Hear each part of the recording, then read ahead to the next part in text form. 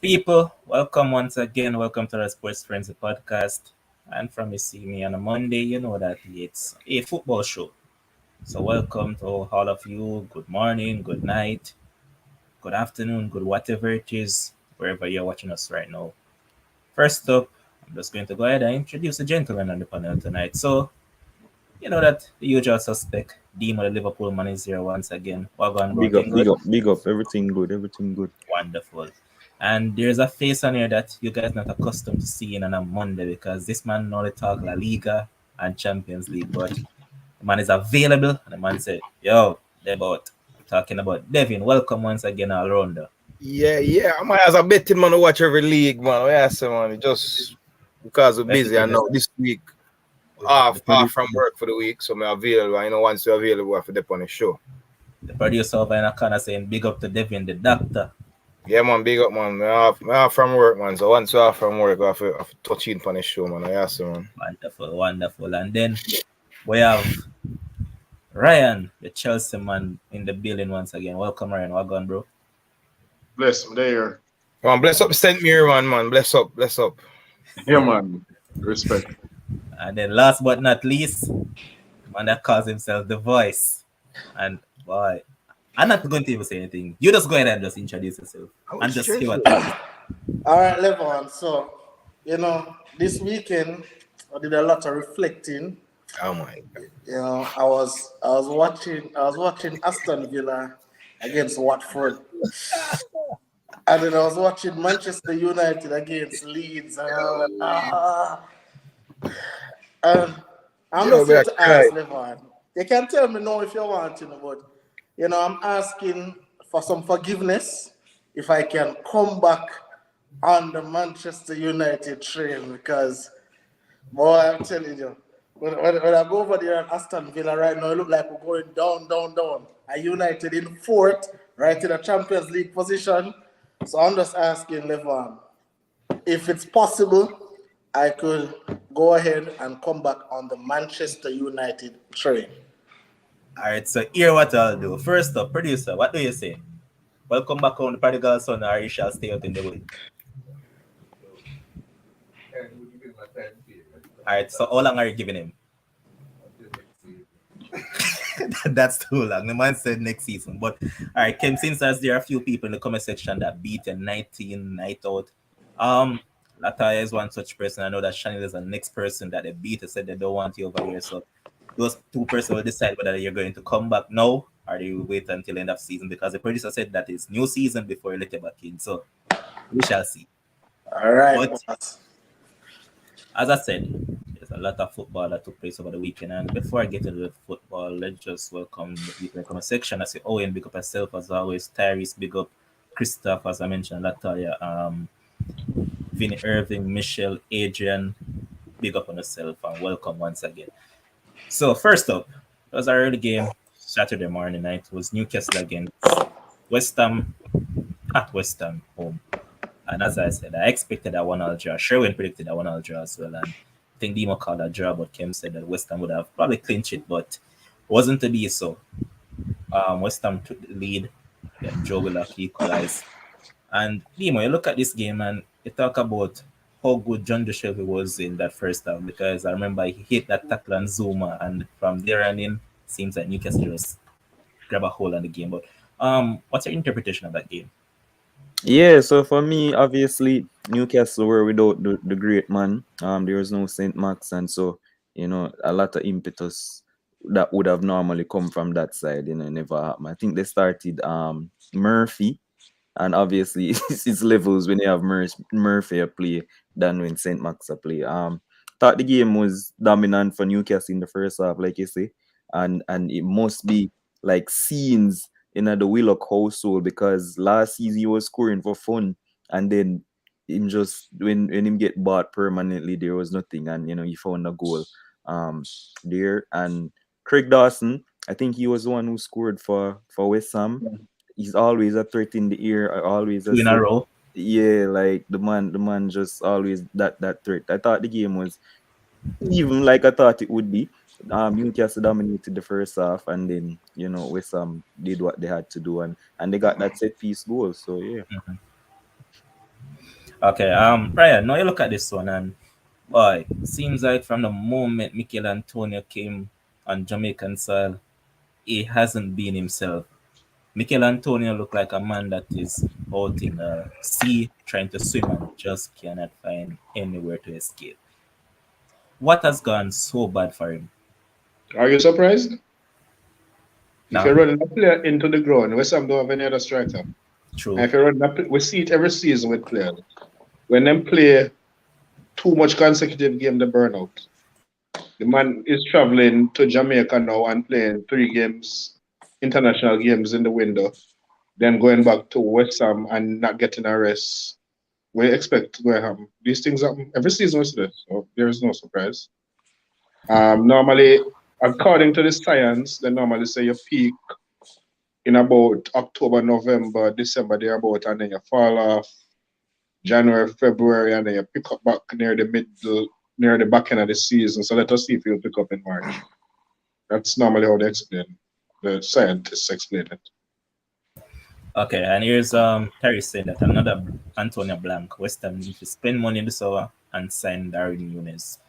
So Liverpool, I forgot to remember we were talking about it the last show. I message Trippier was going to be a main miss as well, and that also proved to be true because he was Craft is just that crafty. Yeah, horrible. But Kems, I know that you are one person that is hell critical of one Declan. I said that he was AWOL. So what you have to say about him in this game and how he stack up against your favorite footballer, John Joe?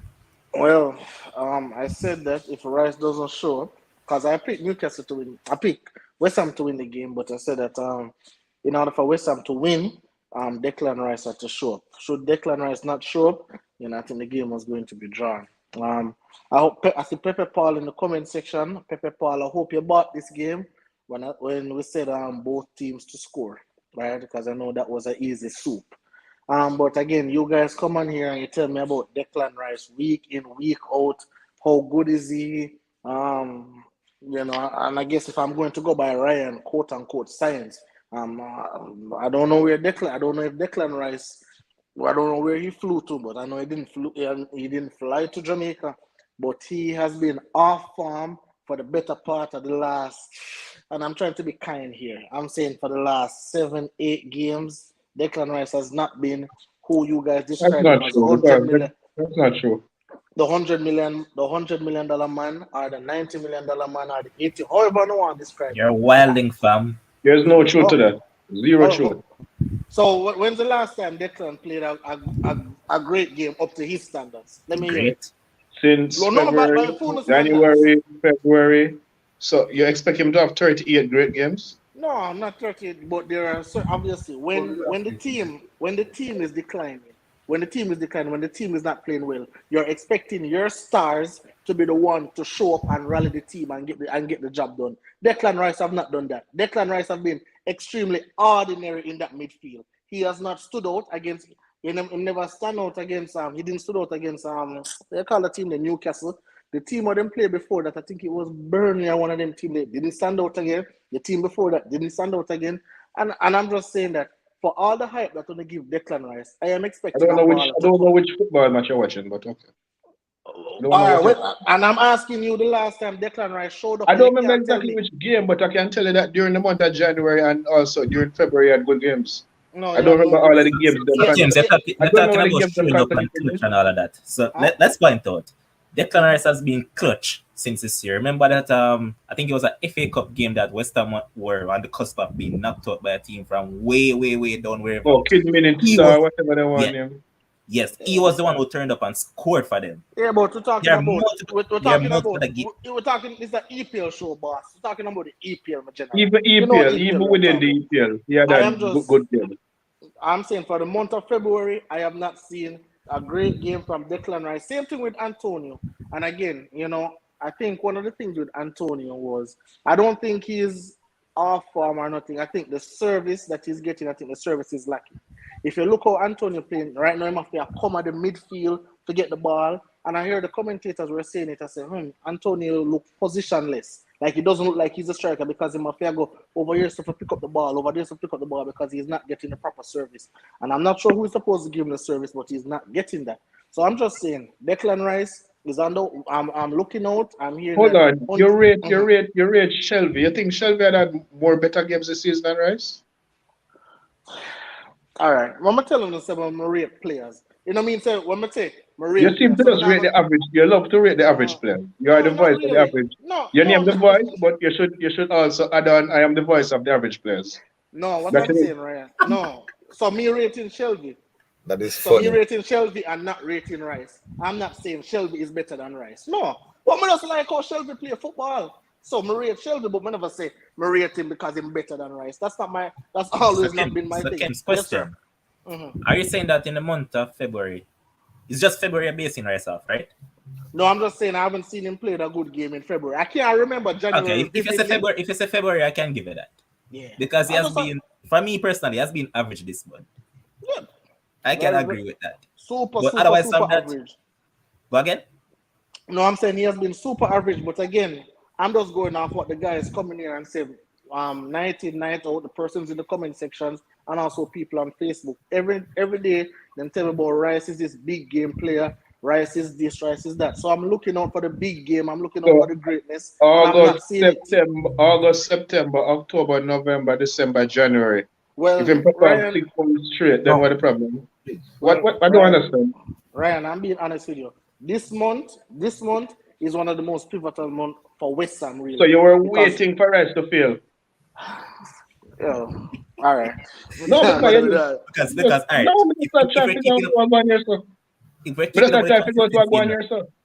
Because Ryan, here what Ryan, if we're keeping up with the consistency since the season has begun, Rice has generally have average score per game of over 7. This month is the only month that he has fell below the 7 marker. So that is something that they can't just use 1 month to judge, man. Come on, kids. But I'm going to go to Devin now because Devin is really a bystander when it comes on to Premier League. But as I said, he's a man that bets, so he generally bet on these games. So earlier, you and I kind of had a discussion in regards to teams like Levante, Celta Vigo, and these side. And I said that their games are boring. Now, when you look at a side like West Ham, you could probably say they have a little bit more quality than a Celta Vigo.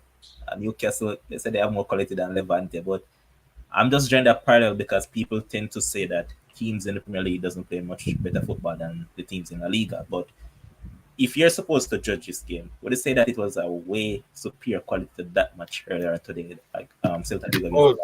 Oh, definitely. There's not even a comparison, to be honest with you, because when you look at this game compared to Levante, all right, you know, sometimes you watch a game and I don't understand. I never like the term when people say a game finishing a stalemate when it's 0-0. Like the term stalemate would suggest that the game is boring. I don't understand what you know, like a 0-0, even a 1-1, they say a stalemate. But I guess they parallel the stalemate to a draw. But sometimes you watch some 0-0 game and they're really exciting. You watch some 1-1 game, finish 1-1 and they're really exciting. You get what I'm saying? I see some glimpse of that game, and that game was totally like here compared to that. Remember, Levante is like the last place in La Liga, right? And Newcastle is just above relegation. So you would say like they're battling for relegation still, because Newcastle can still fall in the relegation slot. And I mean, it's a total different, it's a higher quality than that. But I just want to mention something regarding that game. I remember when I think it was Demo Bridging, some guy, I think he was another podcast and he was a Liverpool supporter. I think his name Ryan or so. I don't remember. Remember when that guy came on and Maninsman was on the show and Chris Finch was on the show. But during that time, the takeover of Newcastle, I think they just announced the new owners. And I was watching the show and Kems was on it. Everybody was on the show. And I said, right, everybody talking about new players. And I said to myself, you know, it's one thing I would want. It's for them to get rid of Steve Bruce. Because, you know, this Steve Bruce and this manager's relegation thing. And they get rid of Steve Bruce, they get Eddie the guy named Howe, I don't know, Eddie, something like that. I'm going to say, all right, you know what? This guy, they're going to stay above. They're going to stay in the league. And then with all that money, there's no way Newcastle is going to go down. They're on a 6-game unbeaten run. But even though they're on that unbeaten run, they're still in 17th place. But the good thing is they're like 5 points, not 5 points above those team in the drop slot. So I like Newcastle. Anytime I see them from a betting perspective, I say I'm going to bet with them because it doesn't matter who they're playing. I'm going for them with the upset against even the big teams because I say, yo, they can't have all that money and they're going to go to championship. They have to stay. They have to stay in the league. Some way, somehow, Newcastle has to be in the league. Facts. All right, we're going to move on to the next game, which was Arsenal against Brentford. And I mean, Arsenal turned it around this time. And Ryan, I know that you were catching bits and parts of this game. And if you're Ramsdale, what would you do with those defenders that conceded that late goal? Cuss. I'm going the most way. I said it when the game finished that he must cuss on. I expect him to cuss and go on bad because at the end of the game, I give away the man clean sheet and he is in the race for the Golden Glove. So I'm going to feel some type of way that they gave up that goal right at the death. Definitely have to feel a way about that because it's right at the end of the game and they could have clear lines. Mm-hmm. But Kims, now over to you because constantly we hear about Saka, ESR, and all these players. I remember that you criticized you per se criticized ESR early out, and it seems like he tuned into the show and he healed to whatever criticism that was given, and it turned out good. On a day that was it yesterday or the day before that Aubameyang scored a trick. But yeah, on a day, and you need players like these to step up, and they were the two that stepped up for Arsenal, and Arsenal are just on the cusp of being in the top four, and destination is all in their hands. So what do you think of the game itself? And I know that you per se kind of happy right now because Brentford is slipping and our bet is still on the line. I don't remember which bet you talk about, but either way, Brentford now going good. But yeah, check me out. Again, Pepper Paul, I hope you bought this one as well. I said Brentford over 0.5, right? So Brentford to score a goal. And, they did. But, as you said, the fortunes changed for Arsenal this time around. And, and if you notice by Lacazette tweet, he tweeted the same thing Ivan Toney tweeted when Brentford had beat Arsenal in the first game of the season. But, I think it was a good game by Arsenal. Obviously, the 3 points is most important. However, you were saying that Arsenal is going, well, their destiny is in their hands, but I think they have a tough run of fixtures coming up. I think midweek they have Wolves. I don't think that's a double for them. So, again, nobody They have really Tottenham and Chelsea as game in hands as well. Exactly. Yeah. So I think it's going to be tough for Arsenal, and I guess I think you go back to that season. I think it was the season when United finished third, and I think Chelsea finished fourth to that Lampard season, where no one really wanted the top four. Everybody was running away from the top four, losing, drawing, and stuff. I think it's going to be one of those seasons. Obviously we know the top two gone already. So between 3 and 4, those are the spaces that we're fighting for. So. Good luck to Arsenal, but they played well and they played well enough to win. And Brentford has been slipping. I think they lose how much games in a row now? Or I think they lose 6 of their last 7 or something like that. I think they be losing. They lose 6 and I think they draw 1, but they haven't got a W in a very long time. Ivan Toney still out hurt, so I don't know what Brentford is going to do. All right, Dimo, anything to add? No, just the goalkeeper, Ray, he hasn't come back the same like when he just came back in the league. The first goal with Smith Rowe, like that, like a roll on him hand or something like that. He hasn't looked the same, hasn't been as commanding. I think he was at fault for one of the goals in their last game as well. So I mean, hopefully him get back up to form. But yeah, I want to blame him for the Smith Rowe goal, because he. I think he did well to get a hand to it, to be honest. No, sir, him for save that. The old Raya would have saved that, but that's fine. Arsenal were the better team on the day, and a late cancellation day. I mean, sure, Ramsey will be upset, but Arsenal were dominant and deserved to win. Okay.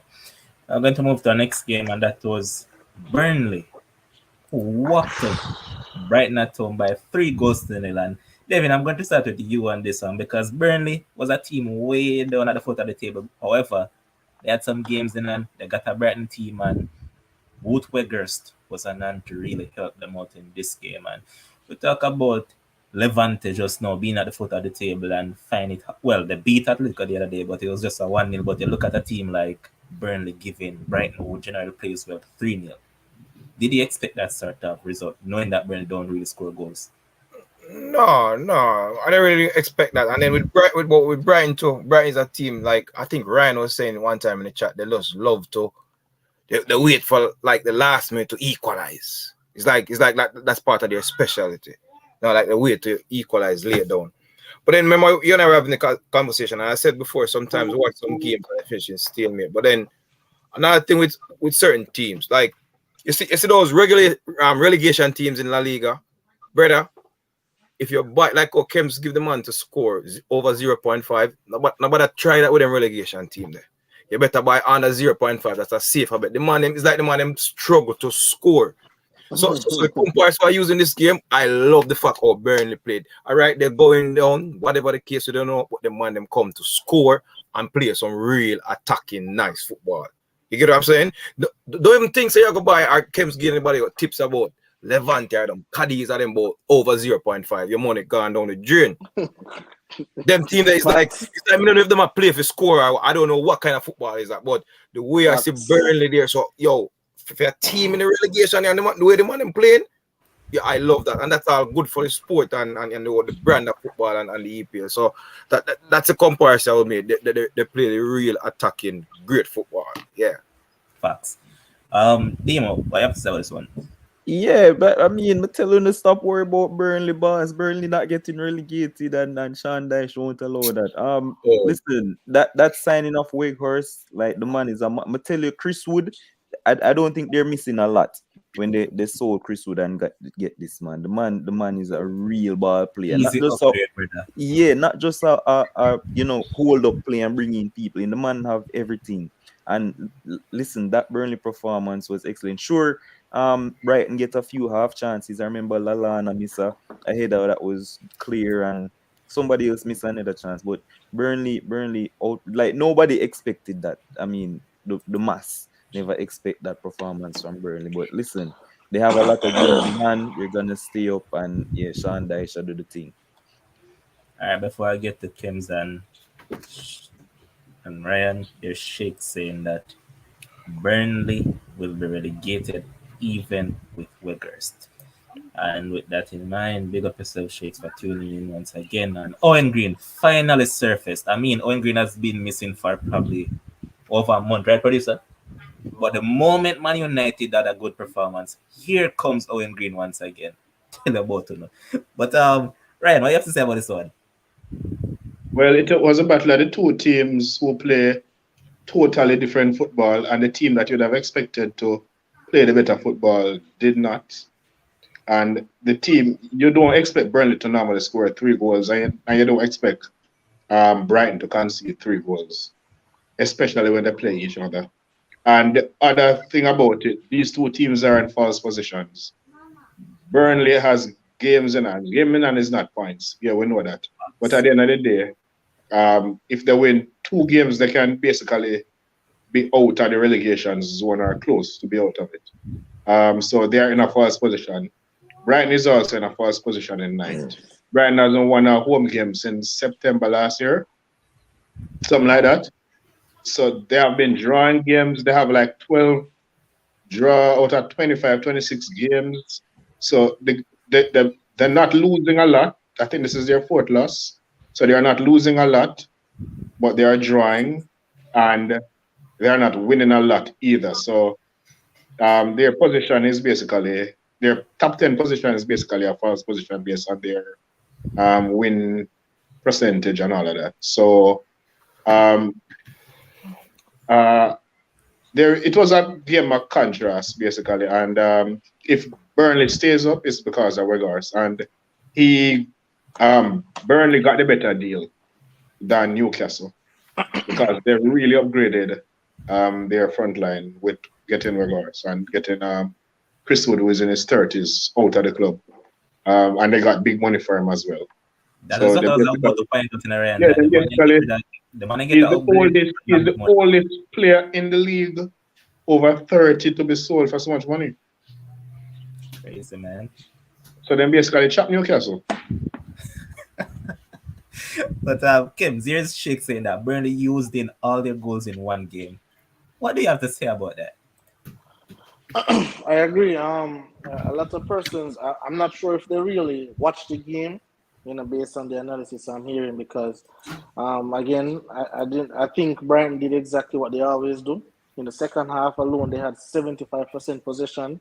In the first half, they had like 63% possession, and I think they had 300 and something, 320 or 330 something more passes than One Burnley. shot they had So, on goal I think 11. on I think they target. have what's the one? Okay.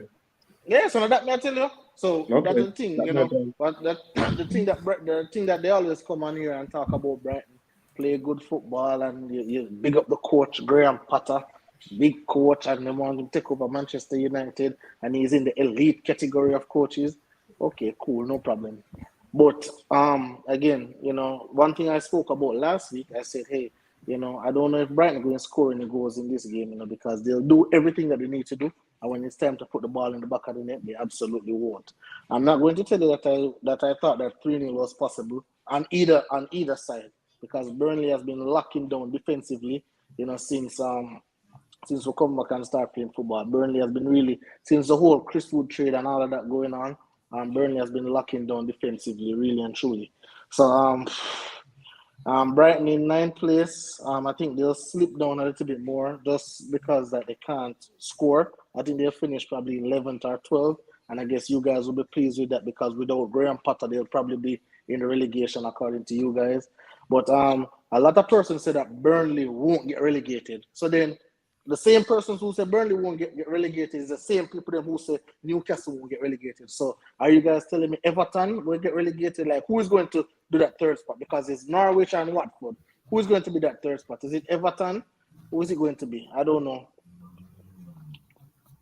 I think Terrace has an answer. Yes, Terrace saying that it'll be Watford, Brentford, and Leeds going down. So if they cut Norwich up to it. Yeah. Oh, now it's safe now. Okay. All right. So you're saying Watford safe?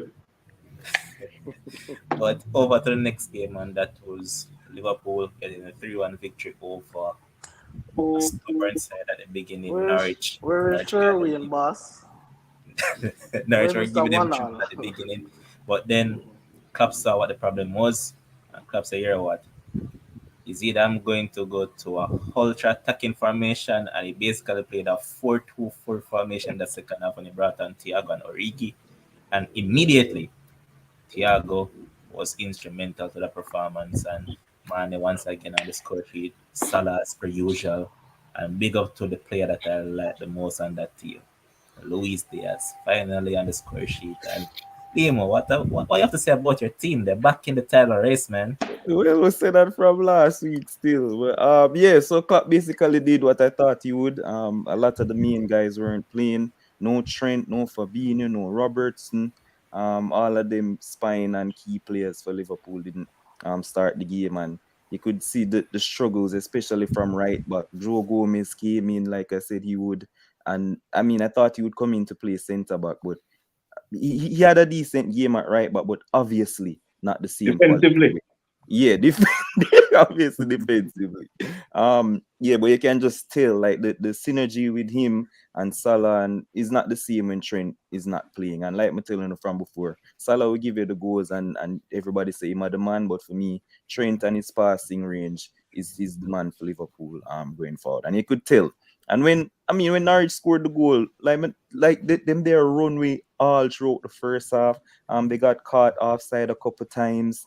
And I mean it's the high line and we do it all the time. So they scored the offside goal as well, and Alisson had to make a save and stuff like that. So like when they scored, I wasn't surprised, but I'm never really afraid because we know say a Norwich. And it's like, we start to grow and grow in the game and do what we have to do. Diaz was playing like him there try dribble and beat him players and him lose the ball a lot of the times in the first half. And then the second half came, Klopp saw that it needed more control, and obviously that's what we have Thiago for. He came on, and the game completely changed once he came on, and we went to that 4-2-4. And listen, man, like the first goal with Sadio score, overhead kick. Salah doing what? I mean, Salah was, even though Salah scored, his overall gameplay, like the man of Brandon Williams a skate on ice. Like, we don't know what happened. The man there tear up Brandon Williams the whole game. And I mean, a lot of the time people say Salah just score and him not involved in the game, but he was very involved in this game. And yeah, we get the game winning. Well, we get the game won. And Well, this goal too. proud of Proper. Luis Diaz. I think it was like 30 something passes before he scored. Henderson with the true pass with people to really rate, and a lovely dink over the goalkeeper. I mean, all three of the goals were really good goals. So Yeah, hey man, big up to Liverpool, and like I said, title race on. Enough of the man them get rest. We move on to Leeds midweek, and we look to play Chelsea in the final soon. Mute. So yeah, now we'll move on, and James, we'll look at this game now. And I agree that it's going to be a routine as per usual. Norwich is going to pick up 3 as is customary when they face Absolutely. Liverpool. They picked up What's the 3 yesterday. that? I think I had 4-1 or 4-0, something like that. I didn't really expect Norwich to score still because I expected a 3-0, but they got a little one. Absolutely. But, nothing much to talk about here than Liverpool never came out the blocks quickly enough. Norwich did that, but changes were made, and there it was once again. And good performance from Liverpool. What I was saying, Levan, you know, and I know the Liverpool fans out there want to say, you know, title race is going on, but I believe that, and I guess, I don't know if it's a situation where they play down to the competition, but looking at their fixtures, I mean, Leeds is an easy 3 points. But when I look at that, I see they have West Ham, and then I see, I'm not talking about any other competition, just strictly EPL. I see them have West Ham, and then I think they have Manchester United, and then I think they have Tottenham, Arsenal in the mix as well, you know, coming up. So, you know, those slow starts that they're having, you know, I don't think those Yeah, they slow do have starts the will harder. They continue. do have the harder run of games. They do, admittedly. Yeah. Anybody can Yeah. have to say that. And you know, as great as Klopp is, and as great as I think I saw a stat where this is probably the 30th time both Salah and Mane scored in the same game, or you know, some stat like that, you know, awesome stat and thing. But you know, looking at these fixtures coming up and looking, you know, they still have Champions League to play. They have Chelsea to play in the final of a competition. I'm looking and I'm seeing there is some drop points along the way.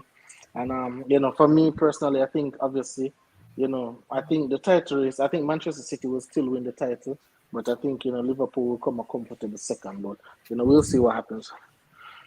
Okay, Devin, anything to add? No, I just see it differently with the. I understand the fact that you said they have a tougher schedule, but I'm more appreciating of the fact that when Kems was mentioning Arsenal, you know, and finishing 4th with the 3 games in hand, because that's Arsenal, they may not finish 4th. You get what I'm saying? Yeah. But this is Liverpool, for crying out loud. Like Liverpool, for me, I couldn't care who the schedule is for Liverpool. Is Liverpool, you know what I mean? So with Arsenal having them tougher schedule, yeah, I can understand. Hold up. Explain to me what you mean by it's Liverpool. Explain to me. I want you to explain. Liverpool is at a baby side like Arsenal, where you're saying they have a tough. Arsenal have Chelsea to play. But it's going up. But it's going up again. So we are comparing Liverpool to really a Manchester City because no. Comparatively speaking, Devin, Liverpool I understand with the Manchester City, but I'm saying they're still the top team. So, like, they can. It's not beyond them for them to beat all of those teams. What I see, what I was seeing, and I look at the schedule is like, yo, they have a game in hand. I look at it this way. I look at it different. They have a game in hand. And I think, I'm not sure if it's Leeds is a game in hand. Wednesday. So they win and they're up to 60, right? 3 points. All right.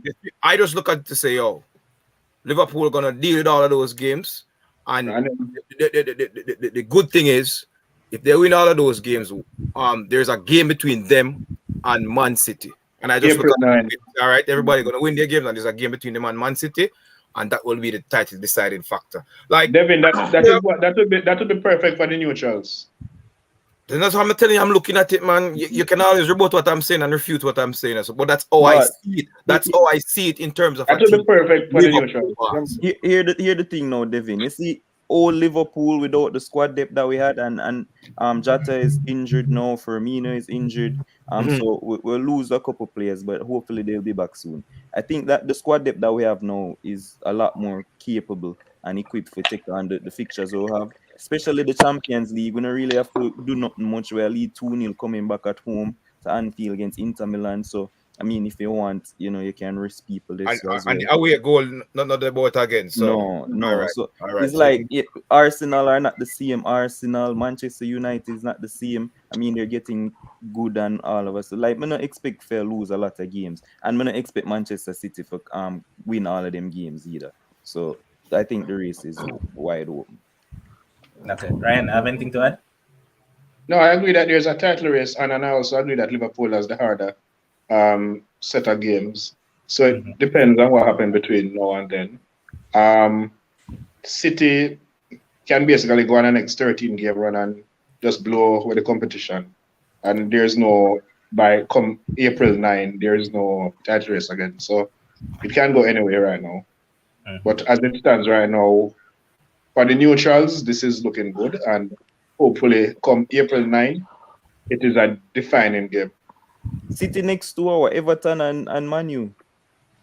Everton, yeah, I think so. Yeah, I know they have Everton next. And I walk in the part them they either, but I know them will sell it for me. We don't win, but I say All right, it will be perfect. It will be you know what would be nice, as I was saying yesterday, if the last game of the season, when Manchester City book Aston Villa, and if it is that Liverpool need a win or whatever to go through, Steven Gerrard maybe can help out Liverpool. Who knows? That would be good for the fans. Let's put it that way. Okay. And before I get to the next game, I'm just going to play out the clipping. And 3, 2, 1, here it goes. No, I'm not going to do that. I'm going to write off this game, both for Leeds and Everton. And then the next game this weekend now coming up, then I do a fair assessment. Who Everton play next? Who Everton play next? Let me I'll tell you in a second. I don't know when they are playing City, and you're going to say, oh, look at that. Them lose to City. All right, so they are Southampton on the weekend. All right, perfect game. All right, so Kim's go ahead, kick it off. Man, Ryan, I told you, and I know you rate Frank Lampard and you love Frank Lampard and he's a Chelsea legend, but I told you that game against Leeds was a fluke. Again, Leeds played an emotional game and they used the same 11 players. Stuart Dallas got hurt in the 9th minute and then they were just completely outrun. They didn't have the energy, the same starting 11. Tell me why you call it a fluke. Tell me why you calling it. I'm this is why you call it a fluke. I'm explaining why. Yes, because Leeds didn't have a chance to rotate their squad. They had to use the same. They had to use the same players because they are struggling with injuries and COVID. So I'm saying Lampard getting a 3-0 victory. Okay, that's good for him, 3 points, but it's not an indication that Lampard can get this Everton team running and going. I don't know, cost me the people in the comment section, cost me and all of that. I said Lampard would have gotten Everton up and running and going. No, what you said, Ryan, was that for Southampton, you said, Everton had the same travel. And then obviously we broke it down and I said, Everton get more days rest, blah, blah, blah. But I said, leave it until the weekend. We can both teams get rest. Both teams get to rotate the squad. We can do a fair assessment. And the fair assessment showed that Southampton is, I don't know if Lampard is just not good enough.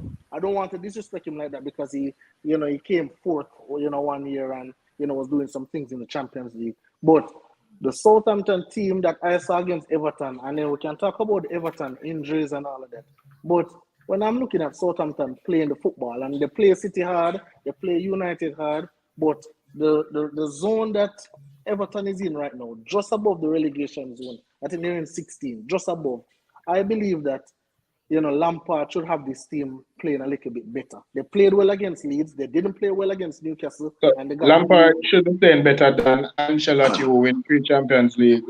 When him again? Rafa, who win a Europa League and a Champions League. Lampard should be playing better than Ancelotti now, who is at Real Madrid, leading La Liga. And I'm not sure. So you want Lampard, who you say you're not sure what kind of coach he is, if he's good or not, to be doing better with Everton than those coaches. And again, the thing is, Ryan, when I come and I talk about coaches in Ryan, I'll go based off what Uno tell me. When he win against Leeds, you guys were fluffing your pom-poms. Lampard, Frank. Nobody was doing that. We were just analyzing the game and saying good win. No, you were not, Ryan. You guys. No. You were the one. You were the only one on the program saying it's a fake victory and it don't mean anything and all of that. Exactly. Okay. I was the one who was saying that. Nobody was beating any pom-pom. No, you were the only one going off. You were flexing the pom-pom. And what the other guy named? No. You were the one going off. I think it's Adrian Nicholson, the guy who said a lot of people in the comment section were doing so. They were flexing the pom-poms. Lampard, yes, go. Well, Lampard, I don't know what that go on in the comment section. Me talk about what me and you talk about. All right, Kems, focus right here. You and Ryan, not the comment section, because I can tell you that a lot of people in the comment section were going off and saying that. I can't tell that. Michelle was one of those persons that said that Kems, I have to say no about Lampard. I remember those comments, but because from the season, from Everton start play this season, you see when Rafa Benitez started, I remember earlier this season when you were singing Rafa's praise, I'm gonna tell you that this going to blow up soon. I remember telling you that. No, I remember telling you that, Kems, because I've been saying, hold on, man, let me finish. I have been saying from the beginning of the season that this Everton team is a mix and match team. And they are not good enough. I've been saying that. And I've been saying this team is made up of 5 coaches, 5 different philosophies. It's not a good squad. All right. So at the start of the season, I told these guys, minus Devin, I said, hey, Rafa is going to finish worse than where Ancelotti finished last season. And they told me, no, Rafa can still coach all of that stuff. The only thing I was singing praises for Rafa was that because of his Liverpool connections, I said that if Rafa comes in and he starts winning solves a lot of stuff. And he was winning, and the fans were yeah. And then but he went blow through the door. Yes. So when Lampard came in, first thing he did, he started picking his players. He wanted Dele Alli, he wanted Team Viewer, and I think he wanted somebody else as well. And he got Team Viewer and he got Dele Alli.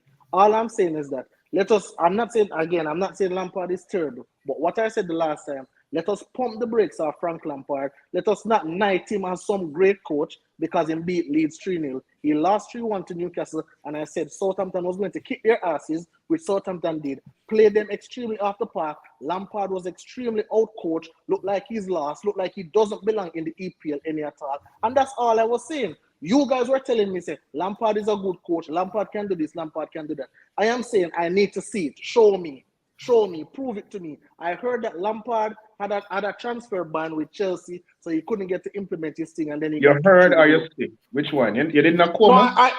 No, I heard it on the program. Right? You never watched the season at all. Yeah, but all you were in a coma for that season or something? I don't know. Yeah, probably. But all I was saying, Levon, was that, going up against Southampton, here's a team that is on their level. Here's a team that they got rest with each other. And then Southampton just go ahead and just kick their butts as I expected them to do. So right now, Lampard is in a whole lot of trouble. And if you look at the Everton schedule that they have coming up, a lot of big teams, a lot of tough teams, and Lampard is in a world of trouble, might get relegated. That's all. All right. I don't disagree with that part that he is in a world of trouble and the schedule is hard and he might get relegated because I don't see where their next points coming from right now. And it is a tough run of games for him. So let me ask you a question, Ryan. I don't know. So let me ask you a question, Ryan. So should Lampard get relegated, can we now come to the agreement that the EPL is probably a little bit too big for him right now? Probably even should. That's what you want to do, right? No, I'm asking you a question. I don't know if I would say that. I don't know if I would say that because in top 4 Chelsea. So unless you are saying to me that the EPL is too big for Ole, even them come top 4 with them side. Remember, Ole got relegated, remember that. Okay. I'm not Maybe going. I I'm not forget. going into all the Okay. conversation. Okay. Just want you to remember. But Ryan, when you say that you don't see where Everton next point is coming from, what do you mean by that? Because, all right, if you look at their running, I mean, they have City up next. Lose L. After City, they have Tottenham. L. After Tottenham, they have Wolves at home. L. They have Newcastle at home. They have Watford away. All right. Yes, if they can possibly them 4 games, then them first 4 games that can possibly be 4 losses, and nobody will be surprised. All right, and then they have West Ham away. Then they have United at home. Then they have Crystal Palace at home. Oh They have gosh. Liverpool away. Then Oh they have my. Chelsea Say away. man, right then live on, man. Maybe Oh, there. No. You're saying that you don't know Lemon where the is barely coming from. count 5 points right there. So Come on, Ryan. They have Brentford. Lemon, you- They have Brentford on the 15th of May.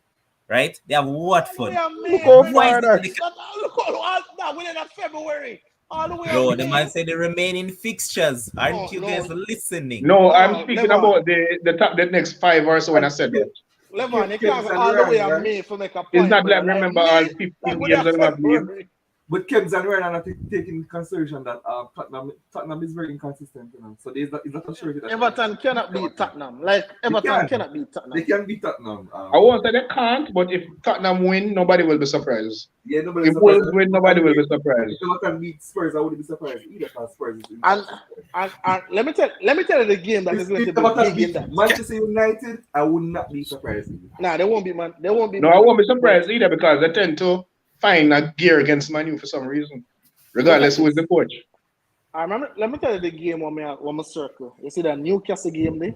I think that Newcastle game going to be huge because remember Newcastle already give them 3-1, and also Newcastle is 17th in the table and Everton is 16th.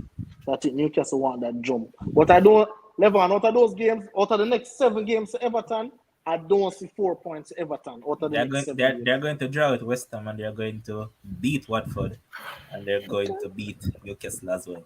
Yo, No, Levon. they could well do all of that, but at the end of the game, by the end of the day, just looking at it now as is, it's difficult. Okay. Dima, Levon. what are you gonna say? Go ahead. I just want to ask Kim something, because, all right, based on what I'm saying about the Lampard and whatever thing, because he was saying he was out coaching that game. But Kims, you and I always talk about the narrative of the media and everything. I didn't watch that game. But when I was watching the highlights on NBC with Rebecca and the guy that used to play for Jamaica, I remember them guy on that thing. It says sloppy what you call it, sloppy Everton lose to Southampton, and they showed the highlights for the 2 goal. See a man give the ball from about the 50 something yard, and the man just running, just give the ball. So then when we look at ESPN just now, if you look at the summary of that game, because I didn't watch that game, I watched a Chelsea game in full. There's the same headline comes. Let me see. It says same headline says Southampton punish sloppy Everton. So is it a case where Everton was just Everton could have gone 4-0 easily. And you wouldn't to associate it and the coach being like running the game as opposed to just players were just they made bad mistake and they were just awful. All right, listen, Devin. Let's look at this, right? That's what I'm asking you, because the headline I tell you. So Southampton had 19 shots and 11 on target. Everton had 9 shots and 0 on target, right? But for me, it's more about the preparation. Everton didn't come prepared to play a football game. And I have to put that on the coach. When you are in the situation, and I like, they're all the way at first and you're leading by 30 points, you can come, I'm going to feel like a play today. Everton have to take every game as is a final. And I don't believe the coach had the team ready to play. Their offense wasn't ready, their midfield wasn't ready, their defense wasn't ready. They couldn't defend set plays. They in every 50-50 ball, Southampton was winning. And Southampton is not this big juggernaut. Obviously, Southampton have been playing better the past couple games. But I'm saying a game like this, where I think, Lampard would think, okay, if I at least get 1 point, I'm doing something good. He just didn't have the team prepared to play. And I will always put that down to you're saying to me that he lost this game, Everton lost this game and it was Lampard's fault, but when he won against Leeds, it was not him. I'm not. No, we're just trying to figure out where we're going here. No. But anyway, still, Everton, No way why I have about it. Everton to struggle for the rest of the season is because of the running, and normally teams who are not used to relegation battles tend to do very bad in them. Remember Newcastle when they had that big side with uh um that French guy, the man, Musa, who Sissoko. now they are Watford, and they had Georgie, and all of them players there, and them get relegated, and then those players went and got big moves. Mhm. This could well happen to Everton. They could well become that team who the players they might say, okay, if we get relegated, no problem, can go to our next big club. Don't But need to.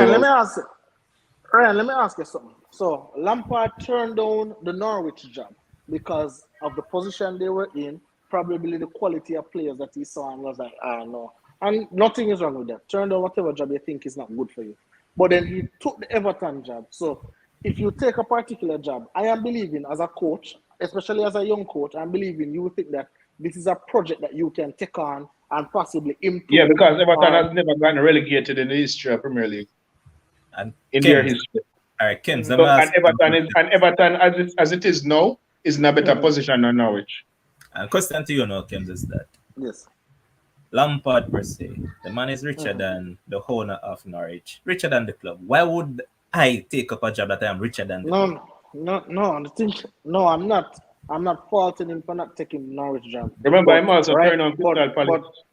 But remember Ryan here told us earlier that this Everton team, I guess before Lampard, had 4 managers really were picked that team did. Yeah, So I'm true. saying that Lampard looking at the crop of players and seeing, boy, this is where we are. The team is struggling. Team But like Kevs, we don't know what the conversation was when he applied for the job. That maybe they say, okay, when summer come, you can do your own overall. We don't know what was said. And maybe he's looking at it as, okay, they are not in relegation zone now. Maybe we can save them and do my thing after summer. We don't know the conversation. As opposed to Norwich, who was dead last. As opposed to Norwich, who was dead last, we have to work miracles for trying to save. Well, Dean Smith moved them from dead last though, so. To where? Not dead last. I think they're 18th right now. Okay, in the relegation zone, right? Where Everton is not. Everton is not there right now. No, yeah, that can happen. 3 weeks right now can, but I'm saying if you are going to take a job now, it's the safer bet is to take a one for a team that has never been relegated and is not in this relegation zone, as opposed to one who is a yo-yo team. But Dima, your boy Oriel Romeo. Yeah. I was just about to say, before you move on, I could just big up Romeo again. Doesn't get the praise that he deserves. He was very instrumental in that win, so big up himself. All right, and now to a rather frustrating match, and boy, as a better, I would cuss from now till tomorrow morning because this Chelsea team, opportunity after opportunity, and yet, boy, I mean that $100 million defender.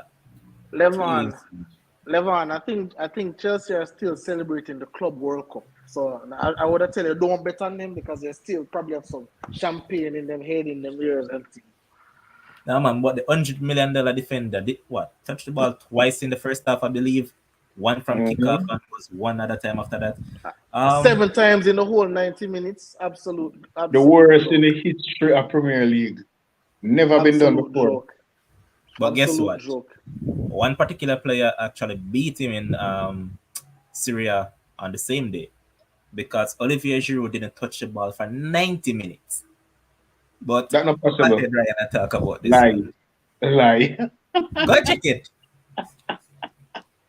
Oh God, that's worse than not having a shot on target during the entire tournament. Yep. But go ahead and talk about your team, fam. Yeah. What can I say? Poor game. Mark Guy, let us give him some plaudits. He had Lukaku in his pocket for the whole game. And Guy was a guy who, when he was maybe 8, 9, 10-year-old, he might look up to Lukaku as an academic player and all of that, and never noticed that one day with a pocket, that baller who was a professional at Chelsea when he just came, and he was a little kid who was in the academy trying to learn the game and all of that, and 10 years later, turn around and pocket the Chelsea striker. So we have to give him some credit for that. We have to give Crystal Palace credit for how they set up. And but Chelsea was poor overall, and Lukaku almost cost Chelsea by being offside when he had no reason to be offside. He was basically offside on every play during the entire first half. He was offside for the one that Ziyech scored. that Ziyech got the goal for, and he almost cost us the game.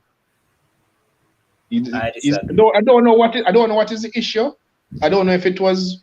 I think with Inter he was more of a focal point, whereas Chelsea will play more out wide, and the link up out wide and get the ball to him afterwards, and so forth. He's not that in. I don't know if it's the style of play that is affecting him. Whereas Inter plays different from Chelsea, we play more wit oriented and so forth. I don't know, but he's not doing very well for Chelsea. He has been doing well though enough personally, because I mean this man played very well against Brighton. He was playing for Brighton that day, and on Saturday decided that he was just going to play for Crystal Palace, so that's a big deal. $100 million defender, so nothing is wrong. But any of you guys have anything to say about Chelsea and their performance? Yeah, I want to say something. But wait, I never even check. I never even ask. Cause that's one thing I don't really ask. No, for the record, none of you guys don't have any kids, right? Nobody, right? All right. So what I beauty when I get in the sun is to be able to watch sports with them. My son is 7, and I mean I tell Demo their man love Jamorant, and Jamorant is my favorite player. But what I was watching the game with my 7-year-old son. You see, every time the man say, look, he said that, you don't even know his name. Said the number 9. That guy is worthless. That guy is worthless. Yo, I was just laughing right through the game. So every time him say the number 9, and him watching from another game, he said that number 9 from Chelsea is stupid. He cursed him out. But then, on a serious though, just to watch, I was watching I think with a guy named Trinidadian guy name again, Shaka is up, and he was saying the coach too, even though Lukaku has to try to do better, the coach have to find a way where he can get Lukaku involved. And he's saying it's like sometimes when he's playing for, as opposed to when he's playing for Belgium, he's running and trying to find those passes and get on the end of some passes and tap in some goal. You have to try to create some situation based on his style of play, then like try at least to get him facing his back to the goal first, try and hold up a little play, you know, even for him to come in midfield, touch it back and then go back in there and try to hold up a play, wait for help. If it's even that to try from a tactical point of view, because they're not playing the free flowing football, and that was what is funny when he just came back to Chelsea and that Arsenal game, he was playing exactly like that. So I don't understand. Somehow the coach has to try that first. That's a start, just for us to build his confidence, because you know. So I have a question for you, Devin. You know, the midst of everything that you're saying. Mm-hmm. So don't you think if they try to focus on trying to get Lukaku involved, don't you think that can probably disturb everything else that's going on with the team, how they're trying to play the football? Yo, that's a brilliant question. You know, it's a brilliant question. It leads me to the point, because I was watching it where the guy, another person on the panel was saying, yo. You're mute. Right. I was saying that's a brilliant question. It's a brilliant question. And then because there's another guy on that thing I was watching, and he was saying he doesn't care that the guy is a club signing, a record signing.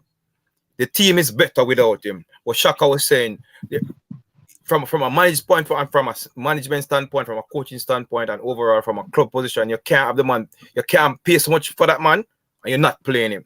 But the other guy was on the fence to say, whatever strategy you're going to try to incorporate him, it won't work. It will make the team worse. Just don't play him, because it will make the team better. So this is my thing, and I can draw an analogy. It's like basketball with the Lakers, with Westbrook, right? And I know Devin, you know this. So I think the Lakers play better without Westbrook, of course, right? I think the ball movement goes better and things. And I think sometimes, for example, Chelsea, I guess they're in a third place race, because I think that race is over for them. But if you try to focus on. Remember, Lukaku was the same guy who, threw the coach under the bus. Talk about Inter Milan and missing body, whatever Martinez or whatever one name. So I'm looking at it and I'm saying, sometimes when we are wrong, like we can't try double down on the wrong in order to try and make a point. So if Lukaku is not fitting in the system right now, and if Chelsea is indeed playing better without Lukaku, I think that is a training issue what them have to fix, not an in-game issue of trying to put Lukaku in at the best spot. So I think, especially like against all Crystal Palace and so, because Lukaku, he was better in the Club World Cup.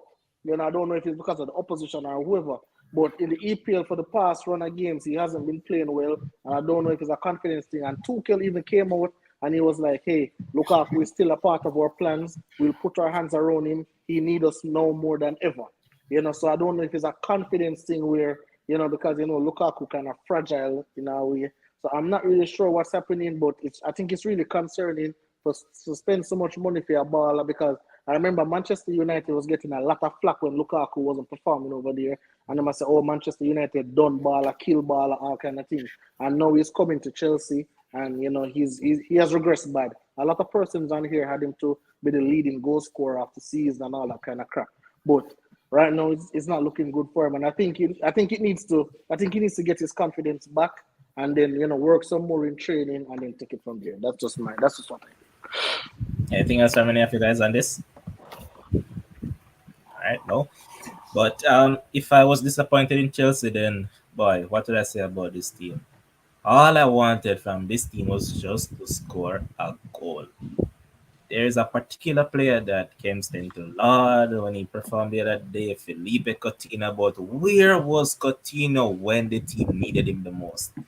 He was AWOL, and I'm not even going to talk about the player that a lot of Jamaican fans get hyped up about. I'll just leave him alone for now, but otherwise than that, Aston Villa has been rotten, and if it continuously criticize Lampard, then Steven Gerrard should face the same, because they're what? Absolutely. One winning about 8 games, I think, or something like that. Absolutely. It's not looking good. And as I told you guys from the beginning, Callum Chambers was a waste of signing. It was a total waste, and it's better if Lampard had Gerrard had just said, Man United, you know what? I know that you guys want Tuanzebe to go over to Napoli, but I want to keep him. And just keep Tuanzebe instead of I'm going for Callum Chambers, and your team was why not just use Courtney? Courtney House injured? He's on the bench. Yeah, because when Courtney House come in for games, he plays well. But Kems, your team cost me some money, man, and I dislike Aston Villa wholeheartedly. So definitely Steven Gerrard is on the hot seat right now. There's no way around it. You can't lose to Watford at home and you can't lose to Watford at home, and you can't not score. Like, you can't not score, not play. And I'm not going to talk about, obviously, Leon Bailey, who was playing darts with Usain Bolt, and so I think that is what he loves to do. I don't think he loves football. I need him out of the club. But I just think the whole team, I'm tired to say it about Aston Villa right now, but in the final third, Danny Ings wasn't good. Watkins wasn't good. Felipe Coutinho wasn't good. Like, if a man is not good, I'm not going to come here and say he's good. He just wasn't good. They couldn't finish. They had, some chances in and around the box. Wasn't good. And obviously, Watford was playing for the counter. They got the counter. And I think one of you guys mentioned Dennis and said Dennis was going to score or whatever. And then he did get the goal, which ended up being the winner. And obviously, Steven Gerrard, take accountability. But right now, I think we need more than accountability. And I think we need to start to see some results. He has played 3 games with teams below him, and he has only picked 1 point from those 3 games. Lost to Newcastle 1-0, lost to Watford 1-0, had a 3-2 lead at halftime versus Leeds. Game ended up drawing 3-3. Absolutely in shambles. I think, hopefully can see out the season, and in the summer, get rid of Leon Bailey and some of those other players who are dead weight in the team. Obviously, what's his name? When I posted Callum Chambers in the group, you said May, nothing special, and I was like, all right, then I wasn't raving about him, but I think we need another defender to partner Mings. I think we need another defender to partner Mings, and I think we need a legit striker. I think we need a legit striker up there, a goal scorer, because Danny Ings not it, Watkins too hot and cold. There's a lot of things going on with Aston Villa. I wanted us to finish up there in the top 10, top 9, top 8.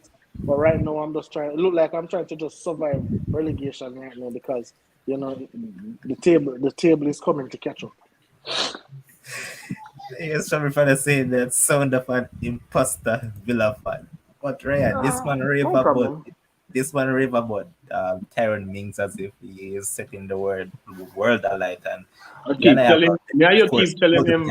Exactly. Multiple times we have talked about him. We said that Kansa is the best central defender Aston Villa has. He has more upside than everybody over that. But for some reason or the other, Kems think that this Tyrone Mings fella is a good footballer. I tell you already, Kems is the voice of the average players.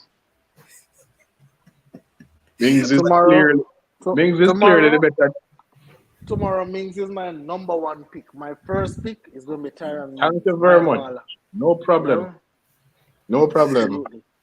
But, honestly, all right. So obviously, I know Tyrone Mings is not the world beater or whatever. But honestly, since Steven Gerrard has took over this team, this man has been playing better in the defense. This man has been our best central defender. No blasting cancer with them little full play. No House, obviously no Callum Chambers as well. So I think Mings has been the best. So I think he needs another partner, probably somebody who is a bit more calculated, who is a bit more ferocious around here, to help him. But I don't think Mings has been bad this season. He hasn't been better than Cancer. He has been. That is just fact. Since Gerrard took over, he has been. The whole season. Gerrard has been there for the whole season. I don't think Gerrard is still in this. But Dima, what do you have to say about this one? Oh, I didn't watch that game, boss. I was just wondering what happened to Coutinho. That's all. That's why I made a ask if he play or what. He did nothing. And Gerrard was scored. I tell you why. Yeah. I mean, the whole Aston Villa team wasn't playing much football, but Buendia was arguably the best player, and he took off Buendia to put on Bailey instead of taking off Coutinho. Coutinho was the one that should have been sub, and he didn't do that. No, so he was that horrible. Levon, you have to understand, you have to understand through the lens of a manager and somebody who has played with Coutinho. When you need a goal, you have to leave your special player. And probably if there's any serious coaches in the comment section, if there's any serious coaches in the comment section, if you have to trust a man, you have to say, okay, Coutinho is not having a good game, but this man I know, if I'm ever supposed to get a goal, this man is going to give me the goal. So yeah, man, if you want a one goal, remember says a one goal you want to equalize now, so you have to take the risk with it. No, but you're Ryan. Remember that it was only one man that was creating the opportunities. Remember, it's only one special player in the 11 and it's Coutinho. So if you want somebody who can just snap them finger on a goal score, you'd have to trust Coutinho for it. Sub him off. Yep. Simple. But let's move on to the next game, and that was a thriller. It was between Man City and Tottenham, man. Soon forward. As expected, run away.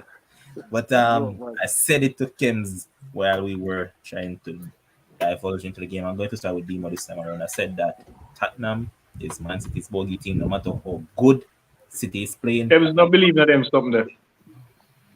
Actually, he does, because he mentioned it for some games, but Kems is the sort of fellow that he nitpicks on what's with his narrative and just straight away.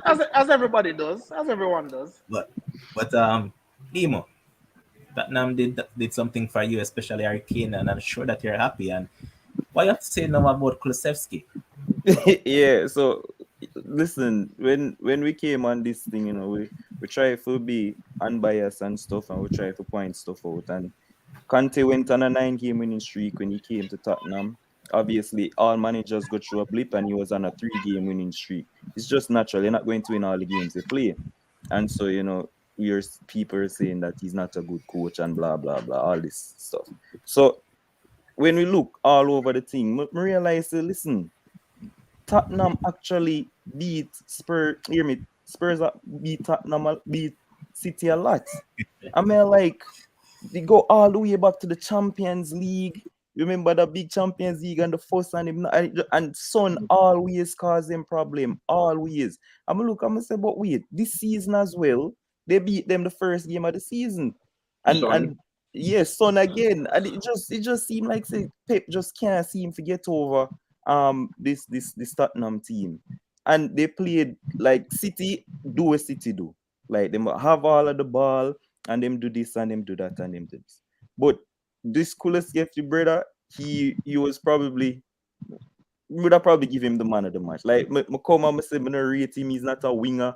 He's supposed to play centre back. He's too clunky. He moved like a transformer. But he was really good on the day. And obviously he scored the goal, created chances. You know, the City team just I don't know what happened. Like Tottenham just got the goals. City peppered them. Like they peppered them with possession and all of this thing. But on the day, Tottenham is the bogey team for City, and it proved once again that, you know, sometimes they have a bogey team. Just like the Chelsea, when Chelsea beat 3 times for the season, Ryan, Tottenham, yeah. So you like Tottenham the same been our bogey team. Tottenham, we've been Tottenham bogey team from ever since. Yeah, so there's such a thing, and it seemed like City can't get over the line. It's just like Wolves the other day. Wolves is Tottenham bogey team as well. Yeah. Exactly. So some teams they have that, and I think that City need to kind of get this off of them shoulder, because it go far back to as far as the Champions League where them knock them out. So yeah, man. And I obviously called a draw. I was minutes away from getting the draw, but listen, I'm over the moon for the win for Spurs. So try to race back on. Harry Kane, like I say, I don't know from the start when people are doubt Harry Kane and I said this and that, like we all knew Harry Kane was going to come back in form. I mentioned he started to play well, even though he wasn't scoring. He was dropping deep and spraying passes like a midfielder, even though he wasn't scoring goals. And he came up trumps again and won it in the end for his team. So, you know, big up to Spurs and big up to Conte, back on track. Here's Fran saying that Tottenham counter game was on point. Kulusevski was good on the day. And here's Michelle saying that Tottenham got the memo, read the title race, and got with the program.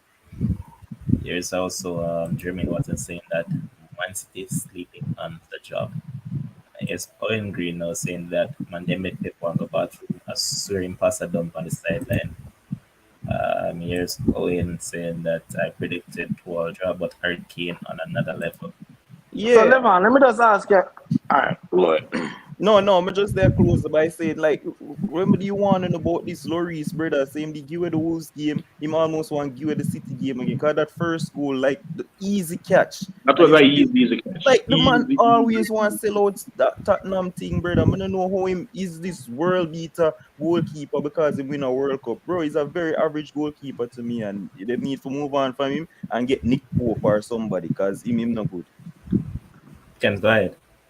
So, Levan, let me ask you a question. So, are we bigging up Conte for this game or what? I just want to know. This is not. I'm just asking a simple question. Is Conte to get the props for this game, or this was just great Harry Kane for the win?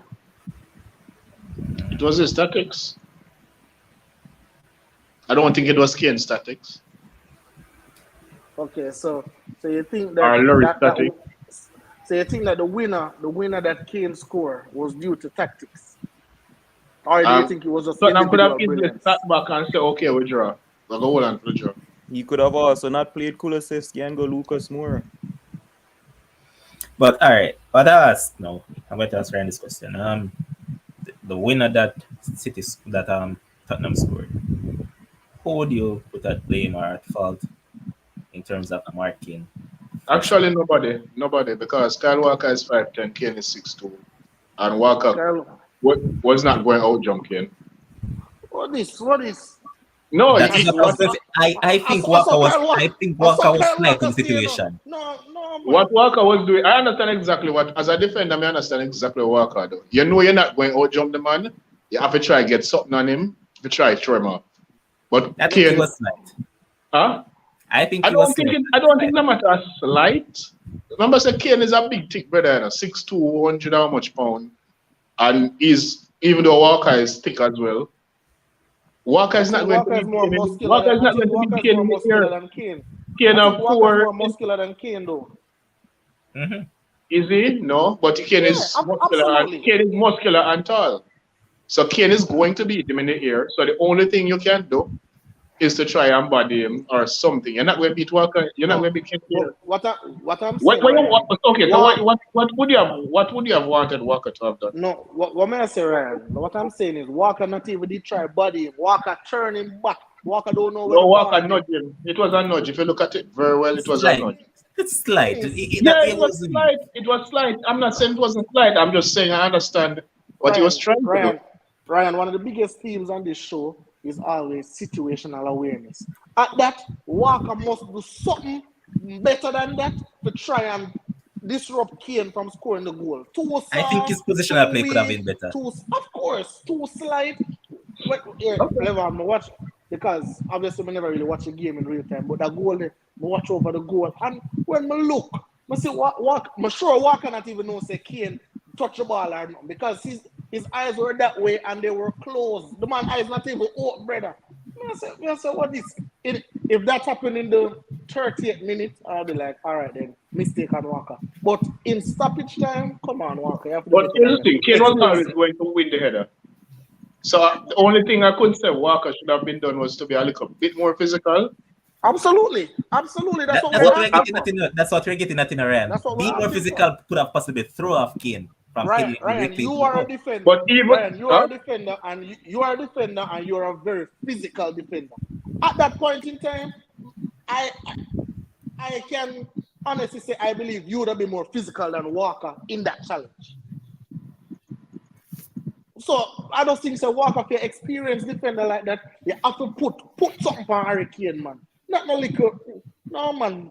Do something. Disrupt him. You can't get such a easy the goal, brother. Cannot. Devin, anything to add? Yes, brother. I'm glad you asked me because you know, like when I watch a game live, right? And I always do this from a betting point. You know, anytime I change my name again, I put Devin the sports gambler. It's when certain teams are play, Kems, and you know this. I level and you reach now the 80-something minutes, and you see it's a even. What I always do, put like a $50 up on both teams. Like it will offer put $50 up on both teams to get the winner, and we'll still make back the money. Sometimes we make back even like a $50 or sometimes $100. But like in this game, I was I could beat myself. I was so convinced that City was going to win. See? I never even bother. I just put everything on City to get the late winner. And Tottenham was offering some big money, brother. One could have made back by a lot. But David, then I'm glad I said that, because guess what? They say even before the game started, Tottenham was getting $11 to win the game, Right. I didn't even look at it and watch it, but it's just that in that at that time I said, why am I not put the money on? If I was a betting man, I'd have won money because I just felt Tottenham was going to win. But this is what I want to say. All right. It reached a point, even though City had out of the position, it's like Tottenham could have defended against them easily. And that annoyed me about City. All right. Once they cross the half line, it's like the ball just all go wide. Them just all go wide and not cross. I just the same way. And then just take this world passes instead of playing a more. It's that direct approach what Tottenham use. Big long ball going at the box. I don't see none of that. City just want to get the ball, make some short pass. And you could have tell. Silva gonna make a cross from one wing inside. Or Mara's gonna go on the next side and make a cross. So many times I say, all right, they might expect the crosses are come from the wing.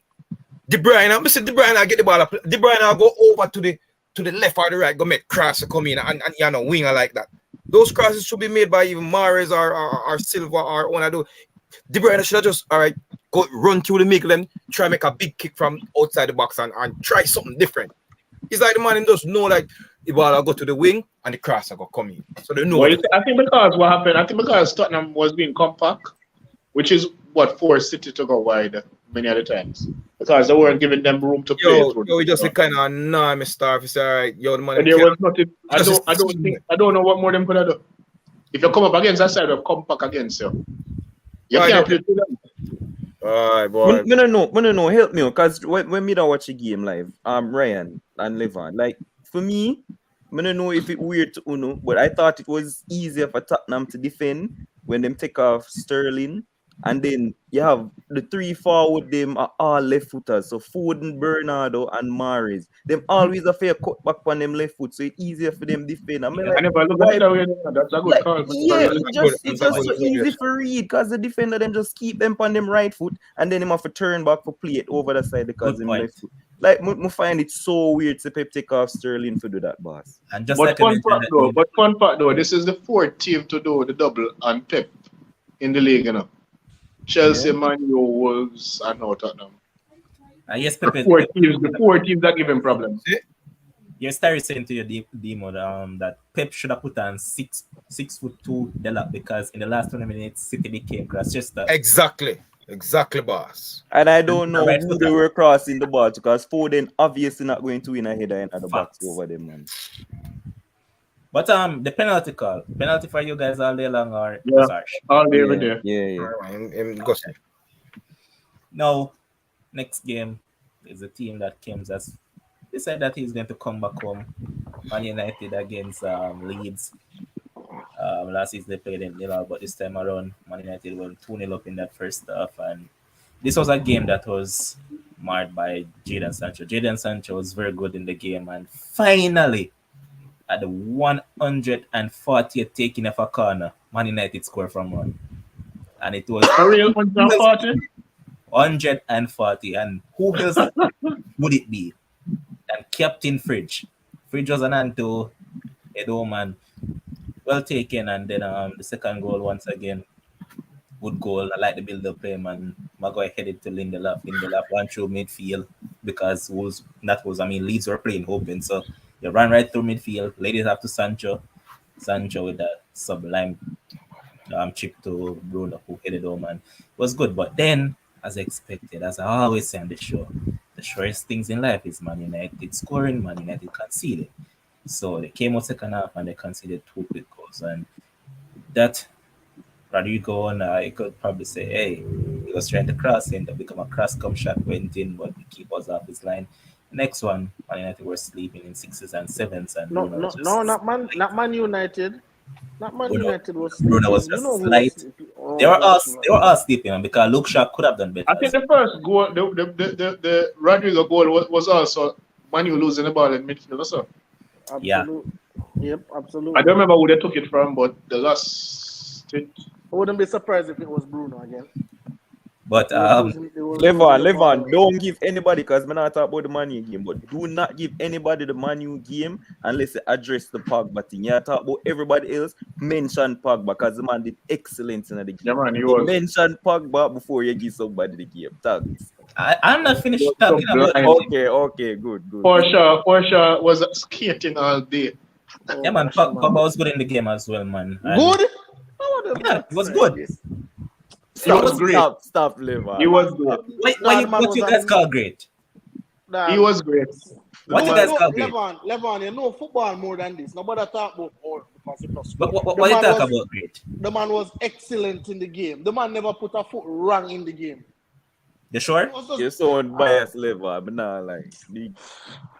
I know you like the brother. But the man was excellent. I forget the man props, man. So you guys say he was excellent, right? From Pogba. He was Pogba and Sancho. Hold on a second. So man was excellent and only had a 70% pass accuracy. What?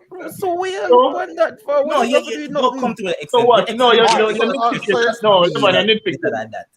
You're nitpicking. You're nitpicking. Nah. You're nitpicking. Sancho and Pogba were the best Man U players. If he was this excellent, why is it that he never got man of the match?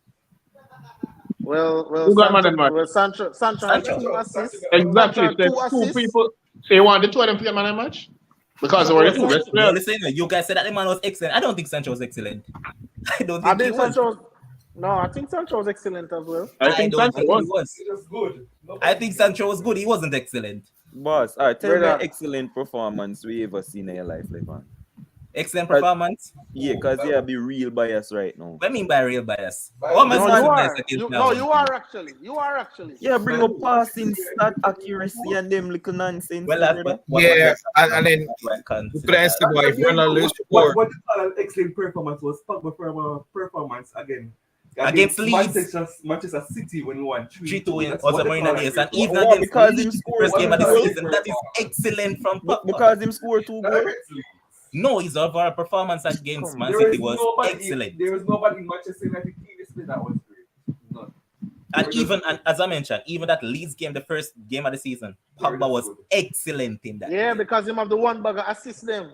No, he was excellent overall. Everything was good, but as I said, Jadon Sancho is Bruno my... was excellent in that game too. He was great either. It was just Who? good. Bruno was excellent in that game too. Brother, No. don't come to me, Bruno excellent. That's Bruno what I'm don't play saying, because excellent. Bruno did not have the No, he bad bag of wasn't. goal them too. He was He good. wasn't. It was just good. But as I mentioned, a lot of people were questioning the coach when he took off Pogba. But as the coach said that Pogba is still not up to scratch in terms of full fitness, and he's not going to put too much pressure on him, knowing that this is a guy that body breaks down at times. So that's the reason why he took him off, and he brought on Fred. I saw a lot of people cussing, say, "Why am I bringing on this one?" And guess what? 3 minutes later. It was Fred who thumb home that go ahead goal, Oh, and then the Fred Elanga. Bunks one. What do you mean? And then also Elanga. A lot of people question once again why he took off some players, but Elanga should have given Jadon Sancho a trick of assist, but it never happened at that point in time. But that assist by Bruno to Elanga last time, that was a good flick and all of that. And all You know, that it's a buck up assist, right? go again? It's a buck up assist. Bruno was trying to pass the ball around the man and get to the ball, and Elanga came in. When I woke up to there tomorrow, it counts as an assist, and he did it, and he could assist. Yeah, man. And I know, Levon, at the end of the season, when you're posting the assist numbers to Bruno, this is going to be one that's going to be added to your assist numbers. Hey, Bruno. It is an assist, but Kems, I can be Yes, honest sir. right here. And if Jason Curl was in that comment section, he could tell you that I am the most critical of Bruno. His stats right now is good because he has 20 plus. I think he has 20 plus for the He has season. better stats than Bernardo Silva. Yeah. Goal And- contribution. Go again. 20 plus goal contribution. Yeah. Yes. Better than And Bernardo over Silva. and personally, But he's not better than Yes, been Bernard. poor. I don't know. Hold on, Mr. Producer. I don't know why you're in the background saying, "Oh, better than Bernardo Silva." He is not playing better than He's Bernardo I Silva never by said no I think stretch of that's the. stats, but if you're using stats to judge, then you'll be better than Bernardo Silva. No, we're not because use- no, you are Bernardo does not judging play up as Mr. that- Producer. Bernardo does not play out and out attacking midfield either. So But he has better stats than Bernardo Silva anyway. But he's not better though. Nobody's sticking Bernardo Silva is just seen as better because it is leading the league. If United was leading the league, Bernardo would be seen as a key player. Brethren, the man not better than the man, brother. but I'll say is that Jadon Sancho has been Man United's best outfield player since January, and finally he'll break that winning streak of DDG in terms of winning player of the month. Finally, if any of you guys want to add anything, you can go ahead. So let me just real quick, all right? I don't know if the guys are drinking Hennessy at halftime. I don't know what's going on in that halftime team talk. But every time they come out, very lethargic, very slow. You know, we saw it against Burnley, and then we'll come and see it again. I think we saw it against Southampton as well. Burnley, Southampton, and now again against Leeds. But my thing is, what I really like though, when the game went, because they scored 2 goals in 1 minute, right?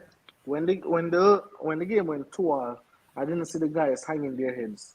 You know, they continue playing football, and I think Leeds reached their ceiling when they went 2-2, and I think Manchester United stepped it up a level, and I don't think Leeds had another gear to step it up to.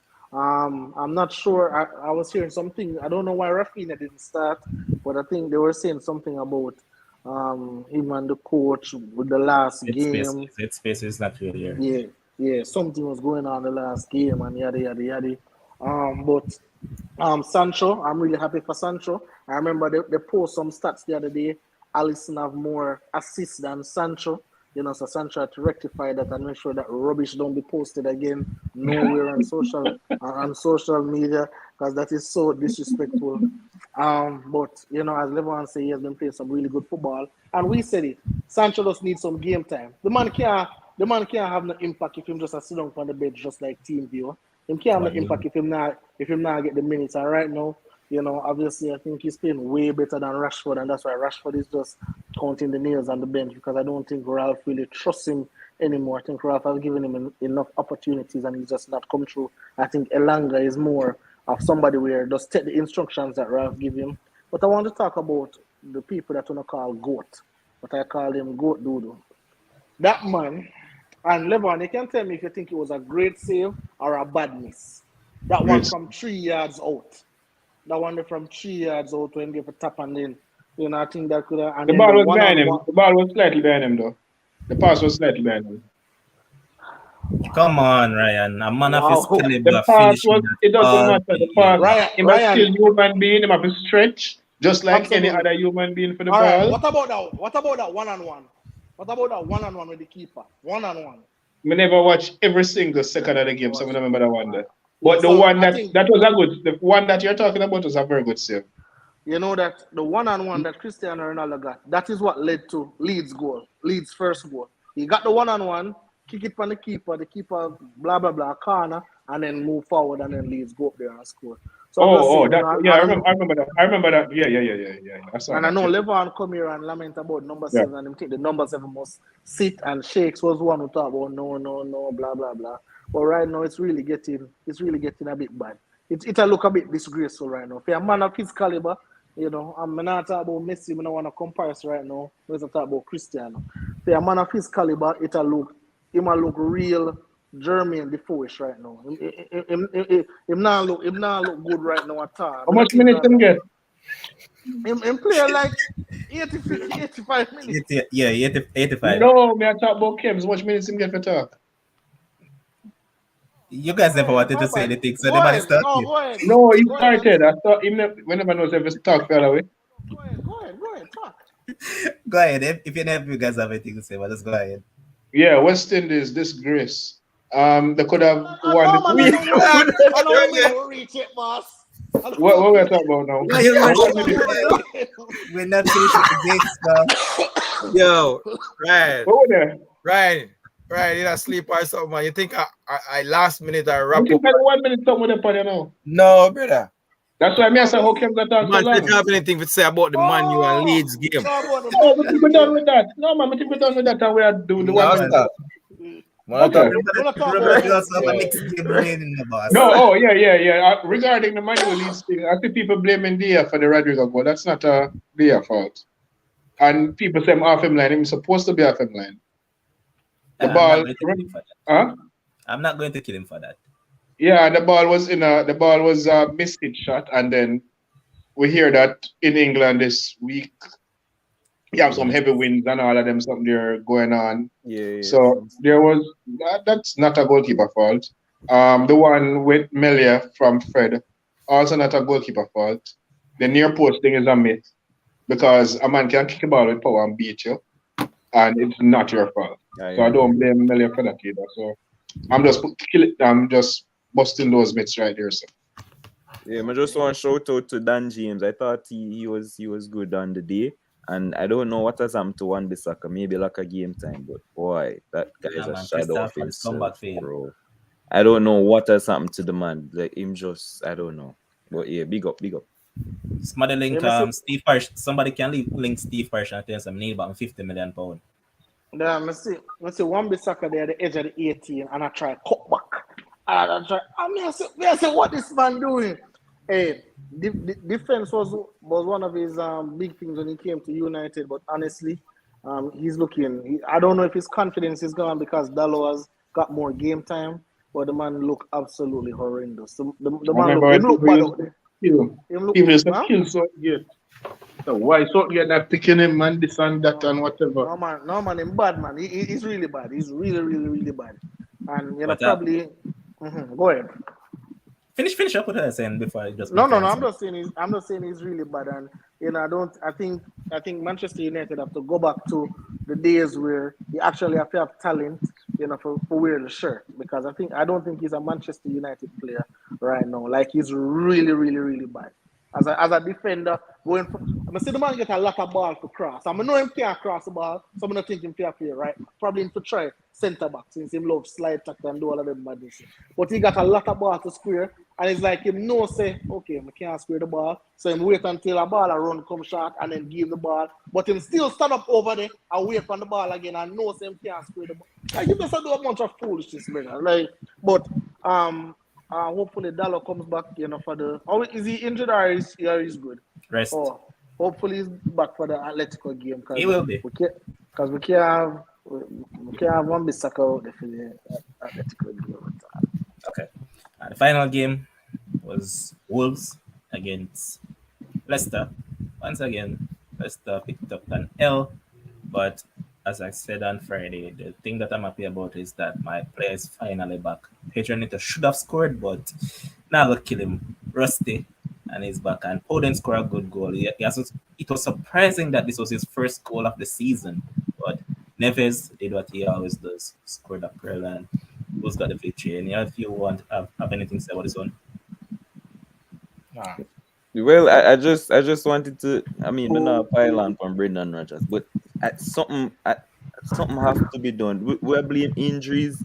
I mean, I don't know what happened. No Vardy. I don't know what it is, but I'm just extremely glad that Podence is getting his dues. Like the man was on smoke in that game, not just because of the goal, brother.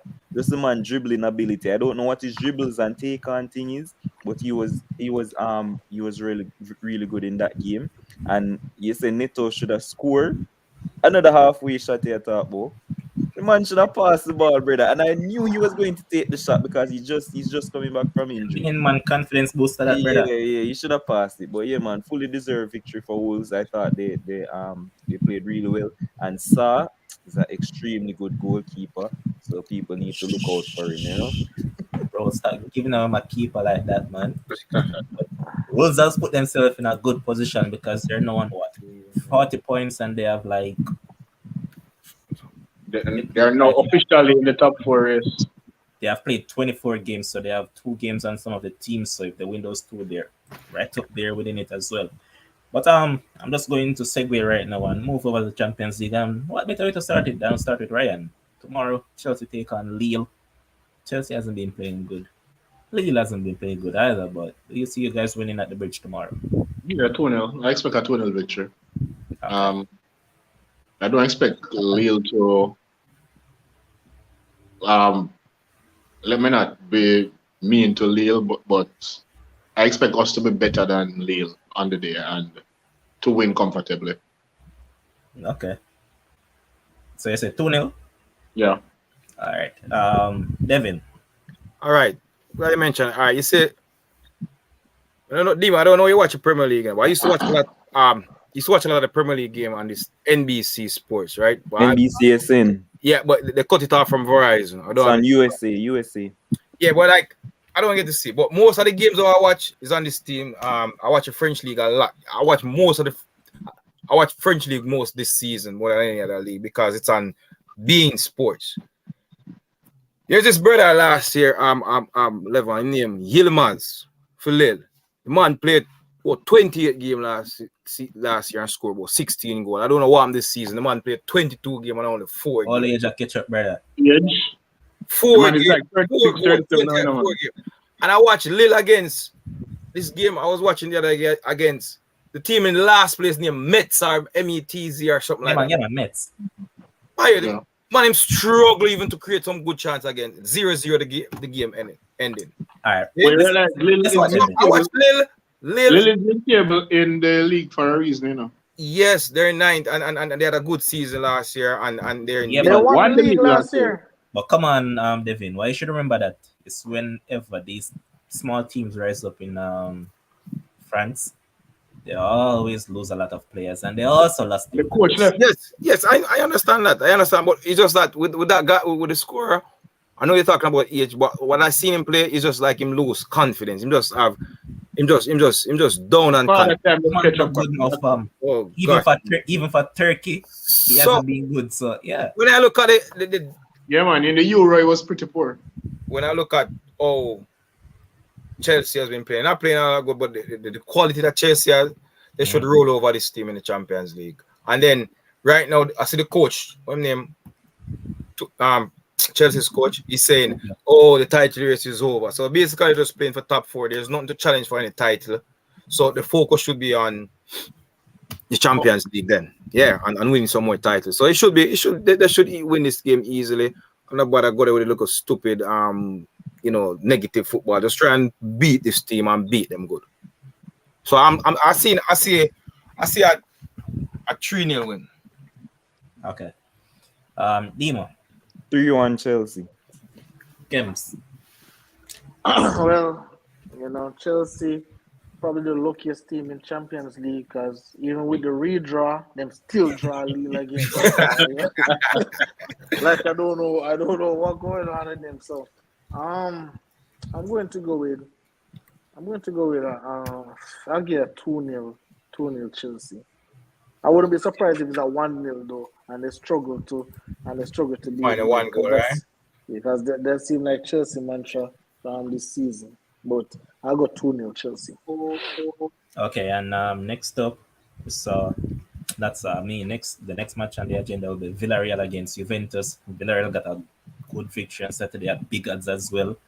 And I mean, Dan Juma, a player that I came here to talk about, he was at Bournemouth and I'm thinking higher than Bournemouth. So he decided that he was going to go to Villarreal and he did well on Saturday. And here they are coming up against Juventus, a team that is inconsistent. And I don't know, but being at home, I'm going to start with the La Liga, man. What? You think that Villarreal can get a W over Juventus? I have this game for a 1-0. Villarreal one, of course. At home, you have to try and make it count. And the team have sometimes they play cage, and sometimes Villarreal play some football make you drop asleep, brother. Not gonna lie, Juventus sometimes not much different, but I'm seeing them just to edge them 1-0. Yeah, that's what I said. If it was very real coach, you're going to drop asleep. Yes, of course. But Brian, what scoreline you have? I'm going 1-0. I'm not expecting an exciting game. I'm just expecting a KG. Not expecting anything special from Juventus. Villarreal will try and get a goal here and there on a few chances that they create. And I just expect it to finish 1-1. Villarreal to score first, Juventus equalize in the second half. Okay. Kems, your prediction? I remember there's a particular guy on this podcast when Juventus was struggling. They tell me that Juventus is going to run and come back and win the league. They're now 9 points away from first place with 12 games to go. Very interesting. But I'm here looking at not Newcastle. I'm here looking at Juventus. No Dybala, no Chiellini. A lot of players missing. I have to go with Villarreal. Yeah, I mean, Chiesa been out. How you pronounce a brother name? Bernardeschi. Bernardeschi. Yeah, him gone too. Won't be playing. Bonucci questionable. Pellegrini questionable. No man, I'm going with a Villarreal victory. 2-0 Villarreal. Okay. Next match will be Atletico against Man United on Wednesday at 3 p.m. Kems, where's this one going? I'm going. Damn. Where's the game being played? Atletico. Oh God. Boy, Man U been on a little roll right now, and they got 2 victories back to back. Brighton and Leeds, so they're due for a L, and I think this. I'm going 2-2. 2-2. Okay. Dima. Interesting. Atletico Madrid. They got a good victory. Sorry, scored a banger. Felix was on the score sheet as well. But they I don't know. This Atletico team is conceding so many goals from anybody. They just seem to concede. When that wasn't the case of Atletico teams that we know about before. Obviously, Cristiano Ronaldo is a factor for Manchester United in the Champions League. Always. I'm going to go Manchester United 2, Souped Up Stoke City 1. David. As much as As much as we like La Liga team, I get the hate Atletico Madrid. I'm not gonna lie to you. I don't really like. And from Demo start calling the Super Stoke City, but I'm gonna go. I'm gonna go with the goat. You understand me? And the goat. I have the goat to always deliver. He has delivered from my side here. Messi now play Real Madrid. now. Yeah, I'm gonna. Champions League, what do you want to Everyone talk have goat, brother. Everyone have their own goat, man. You told me see the sports are playing now. Everybody have their own goat. The other day, me a sportscaster say, "Oh, we have to have a goat based on the genre and the era." So me have my goat. Ronaldo, my goat, brother. All My right, goat. boss. All right. So Goated. yes, I'm going with him to deliver in Champions League. Look for Ronaldo to deliver and give Man U that win tomorrow. Yeah, 2-1. All right, Michelle saying that the Villarreal against Juventus game will be a boring game, especially with no away goal rule. Kems Pepe is asked, oh yeah, it's saying that GG for a United game. Of course. Put All your right, house Ryan, on it. Yeah, man. bro, stop that. Villarreal, they are Atletico Madrid rather. They are conceding a lot of goals. I guess I hear that them style of play changing defensive wise, and it contributing to that. We all know how Cristiano Ronaldo stay when him stay Atletico already, especially in Champions League. So he's going to score. But at the end of the day, I'm going with a 2-2 draw nonetheless. But I'm gonna see for the first time in probably since I was a baby.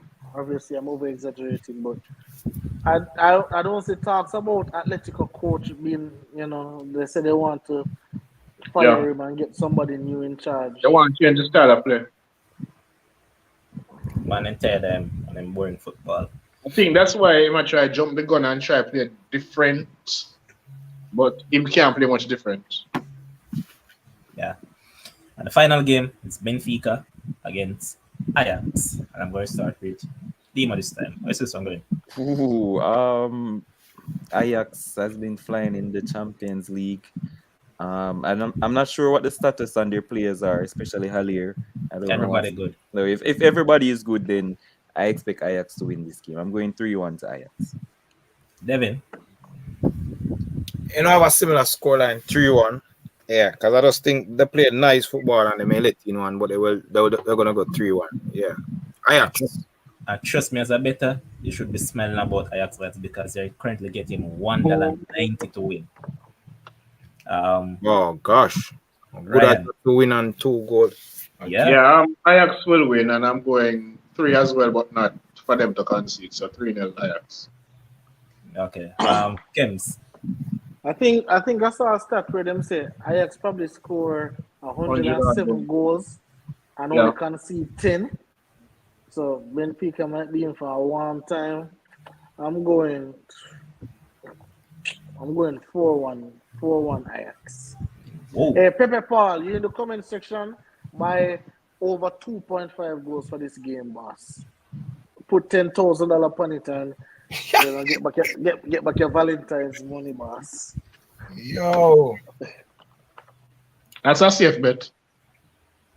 Yeah, it is. But I reached a stage now where I'm just going to say tomorrow will be the day. The big day. The EPL draft show day. I know that one particular man in here really want to get the first pick, but at this point in time, it's not going too well for him. I don't know if he's going Boss, to go. call my name, no, call my name. Me want Hold the on, first man. pick, It's a jumping. Yeah, Sure. bullfrog. But Demo really wants to get that first pick, but it's not too bossy right now for him. And as it stands with the voting, I'm just going to share it so you guys can see it right now. So this is on the YouTube page. I'm not sure if you guys can see it clearly. If you can't, just let me know so I can zoom it in enough. All right, so as it currently stands, Jesus I am out Christ. front with 45% of the vote. Demo is in second with 18%. Ryan and Shakes is tied on 15%. And Kems is on 6%. And so far, there's been 33 votes. And to calculate that, I have 15 out of the 33. Demo has 6. Shakes has 5. And Ryan also has 5. Kems 4. But when we combine everything in regards with the Facebook as well, overall I have 21. Shakes is second with 12. Demo has 11. Ryan has 10. Kems has 4. And Vinny, who decided that he wants to show up on the show tomorrow, has gotten 1. So, Tyron Ming, sure. how are you guys feeling about it tomorrow, man? Are you ready? Mm-hmm.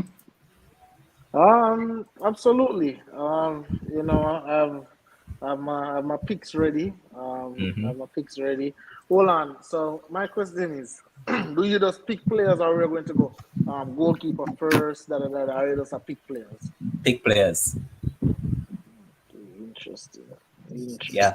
Okay, I thought we were starting goalkeeper first. No, I draft. You have to pick your That's players. not our job, but they just go ahead and just pick big players, man. Just go ahead and do it. I'm not going in order. No You problem. can't go in order. Go in. All right. So hold on. So I have a question. Is it now like a snake draft? So you know snake draft works. So the person who pick last at the for example the quote unquote first round, and the person who pick first at the second round. I'm going to mix it up, man. So even though I might end up winning this vote off, I will only just pick first for that first round. Otherwise, after that, I'm going to mix it up. So even the person that get the last pick, they're going to pick first in some round. So yeah, that's how I'm about to do it. Yeah, when all like good player then gone. It's fine. Come on, man. But reach a stage where I'm just going to. Oh, here is Michelle. Michelle was saying pick managers too. We're picking managers, right? That's a choice. Yeah, really. We just know second not pick Rice. But I'm going to give you guys a 30 seconds each to touch on any other topic that you want to touch on. So I'm going to start with you, Ryan. Go ahead. Yeah, I jumped the gun about West Indies earlier, so let me start with them. Embarrassing performance in terms of their death bowling and their batting display at the death. Could have won 2 of those games, which was not to. Poor performance, and Asia tend to give us problems when we go there. So luckily for us, the World Cup will be in Australia, where we are better on faster pitches. So let us see how that goes. Champions League tomorrow. I'm sure everybody who has a team in it wants to win. So I don't really expect any surprises in this run of 16. When the big people stage start the quarterfinals, then we can see what will happen when the big teams meet each other. So, yeah, that's my 30 seconds. All right, Devin. All right, last time we were here with Kems on the podcast, he was saying something about the Rooney rule, and so I went and looked it up. It's a rule where require, and it come up with the Steelers require for certain position to interview people of what they call it ethnic or minority. Put it this way, interview non-blacks for any coaching or other position. So I see everybody giving props to Mike. You mean non-whites? Non-white, sorry, my fault, non-whites. Because people get technical with all these ethnicity and black and whatever, African American, non-white. Yeah. Absolutely. People giving props to Mike Tomlinson, well-respected coach for Steelers, and he's a black coach, but for hiring, for getting Flores down there as a defensive line coach. What I'm saying to myself, well, look at me, I understand he's a black man or whatever, but the family has to. I'm not giving a lot of credit to him for that. Right? Why not? Listen to me. Who have to sign off on the hiring? It got to be the owners. And like, this man is suing the NFL. Where's could he go for them to sign off on it? Which other owner is going to sign off for him? It got to be the best place where the owners who initiated that Rooney rule to take him in. So it's not like Tomlinson not going to sign up. Tomlinson is close by recommending now you give him props for that, but then the owners still have to sign off, because if any other team, no, brother, you cannot come and sue and then we're going to sign off for you to come in. So listen, they have to take it. And I understand there are some labor laws which say like, yes, somebody can sue you and you still can't discriminate by letting them go, and you have to still allow them to work for you, because there are labor laws for that. But like, I'm more given because of the whole establishment of the rule and that family taking him in as opposed to like Tomlin to say, oh yeah, come down here. Son. That's All just right, let me give. All right, sorry, Levon, I'm not trying to jump the gun, but I really actually have to respond to Devin with that one. Yeah. So for full disclosure, right, I actually had a one-on-one conversation with Jim Rooney just the other day for class, right? Had a one-on-one conversation with him, and he actually really broke down the Rooney rule, and that is before. I'm sorry, that is before even Brian Flores get hired and none of them kind of stuff, right? However, basically what he explained was that Pittsburgh Steelers is one of the only organizations in the NFL who really believe in a diversity and black people and all of that stuff. Really and truly, that's how I'm explaining without really saying that, right? However, I believe, remember, Brian Flores was a 15 years defensive coach in New England, So right now he's actually the senior defensive coach for the Pittsburgh Steelers. But my thing is, white people, they always look out for their own people. So I believe this is a case now where, and again, Jim Rooney told me straight up, the man say, hey, not because you're black mean mega high, you must be qualified for the job, right? And I believe Brian Flores is actually qualified. But I think this is a great move for Mike Tomlin because I don't think Brian Flores will get any other job this year. But I think him getting a job while suing the NFL, I think this is a big thing for him. This is not my minute. I'm just responding to my church. You explain that to support to me, sir. Yeah. You are explaining all of that is supporting what I'm saying. No, but you're saying that you don't know why Mike Tomlin is getting a big up. He definitely deserves a big up. Just to say that family is all on diversification and everything. Absolutely, but Mike Tomlin has to recommend Brian Flores. It's not the Rooney family say, hey, go and get Brian Flores. No. Go ahead. You ever see when the Asian them and some other people from different countries are trying to reach the shores of the US and then take him in, once you reach the water and take him in, and because you get asylum. It's like similar to that with the immigration thing. And go a place where, of all the other places, you get asylum, right there. So, of all the other places, Pittsburgh is the best place for him to because of that family. We'll talk about it more on Saturday. But my 30 seconds. Oh, what an absolute clinic from LeBron James in that All-Star game yesterday. Jesus. That is poetic justice. When the man is back in Cleveland, remember, he came back from 3-1, won the championship, and he said, Cleveland, this is for you, right? And then back down, Zach LaVine, too small, Joel Embiid come to help, reverse jumper over both players, GAME game, right? And it's just absolutely, obviously, I know, and you know what I'm talking about him? Absolutely. Steph Curry was sensational until it was money time. He was 16 for 27 from 3. That's a whole lot of percentage. But when it was time, obviously the record for the All-Star game is 52 points. He had 50. So he was trying to break Anthony Davis' record. And he couldn't buy a basket, couldn't buy a shot, couldn't make a shot. He missed 6 straight 3-pointers. And that is what I've been telling people about Steph Curry. When it's clutch time, when it's time to make the shot, Steph Curry I think you average 45 seconds. So I'm going to need payback for that. One from hit. The man right though for real. And not only did he miss the 3-pointers, he missed the layup too. A floater. So the man right. Michelle, and this is my first of all, guys, go and vote for me for the draft tomorrow. It's coming up. May I just use 5 seconds to that? Michelle, listen. I hear a lot. It's not just you. I'm not attack you, Michelle, but me hear it on national radio Jamaica too. And people are mega bring something to the show. It's called recency bias, and we need to stop it. Zine, people now are start to say some nonsense. Pollard need to stop Captain West Indies now. He's no good. Him this and him that. Like what is happening? Can we stop this recency bias, please? Can we stop it?